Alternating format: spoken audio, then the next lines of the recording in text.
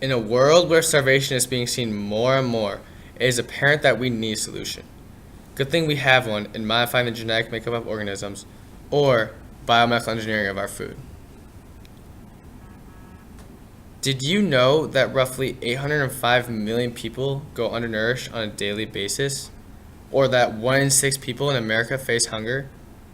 The fact that starvation is seen in such a developed country like the US indicates that it is becoming a major worldly issue because it is not just the small, poverty-stricken countries that are being affected, but everybody.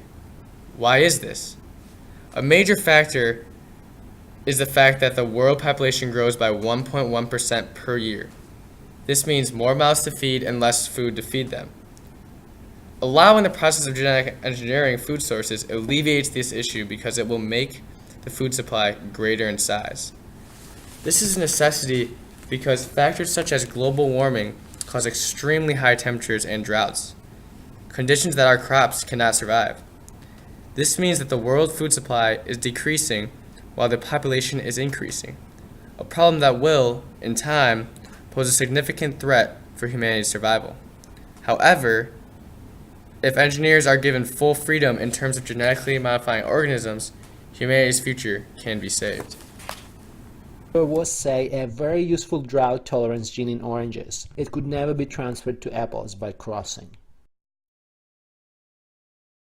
These two limitations of breeding can be bypassed by introducing genes into plant genome directly, either with agrobacterium or with a gene gun.